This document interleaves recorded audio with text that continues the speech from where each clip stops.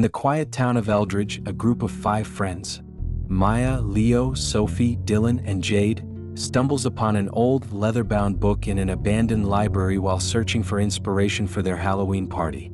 The book, titled The Dark Rules, is filled with chilling rituals and ominous warnings about summoning spirits and invoking curses.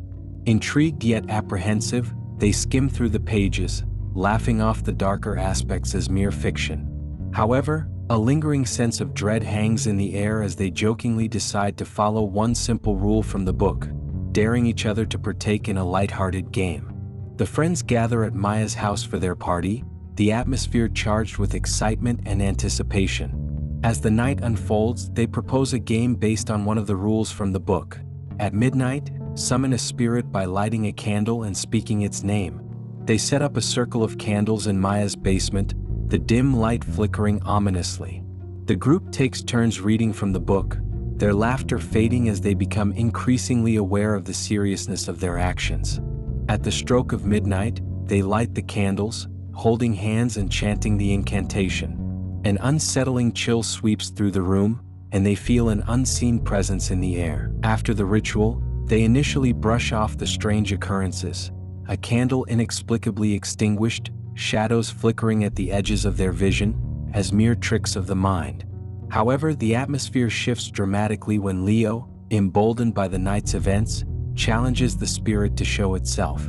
Suddenly, the room plunges into darkness, and a low, menacing growl reverberates through the basement. Panic erupts as the candles flicker wildly, illuminating distorted faces and dark figures that seem to loom closer. In their haste to escape, they trip over one another, and the group gets separated in the chaos. Maya, Sophie, and Dylan find themselves trapped in the basement, struggling to find the way back to the stairs. They hear Leo and Jade calling for them, but the sounds become distorted, echoing unnaturally through the darkness. The air grows heavy, filled with whispers that taunt them with their fears and regrets. Sophie, who has always been anxious and insecure, begins to feel the weight of her inadequacies pressing down on her. In a moment of despair, she suggests they should have never played with the dark forces, believing they've awakened something malevolent. The group tries to remain calm, but tension rises as the reality of their situation sinks in. Meanwhile, Leo and Jade, having escaped to the main floor, realize they need to return to help their friends. They search for a way back to the basement, but every doorway seems to lead them further away. As they navigate the darkened halls, they encounter bizarre and terrifying visions, mirrors reflecting distorted images of themselves and flashbacks of their insecurities. Leo is confronted by a version of himself that embodies his deepest fears of failure and inadequacy. The atmosphere is thick with dread, and they begin to hear the whispers again, this time sounding like their own voices, criticizing and berating them. Back in the basement, Maya and Dylan find a hidden compartment in the wall containing an ancient-looking talisman. As they grasp it, they feel a surge of energy, but the whispers grow louder, urging them to release the spirit they inadvertently summoned. Desperate to escape, they begin to chant a reversal incantation found in the book, hoping to banish the entity. Just as they gain a glimmer of hope, a dark figure appears at the bottom of the stairs, its presence suffocating and ominous. The figure embodies the manifestation of their collective fears, feeding off their anxiety and self-doubt. In a frantic attempt to reunite, Leo and Jade finally manage to find their way back to the basement, only to see their friends in a state of despair, surrounded by the malevolent entity. The atmosphere is charged with fear as the group realizes the only way to break the entity's hold is to confront their fears head-on. They each take turns voicing their insecurities, revealing their deepest vulnerabilities. Maya admits her fear of being abandoned, Dylan confesses his struggles with self-worth, and Sophie shares her anxiety about never measuring up.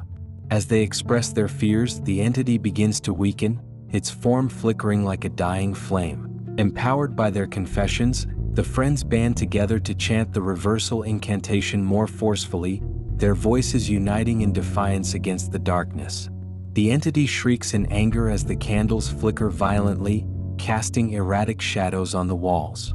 The whispers transform into a cacophony of screams, but the group remains steadfast, their bond reinforcing their resolve.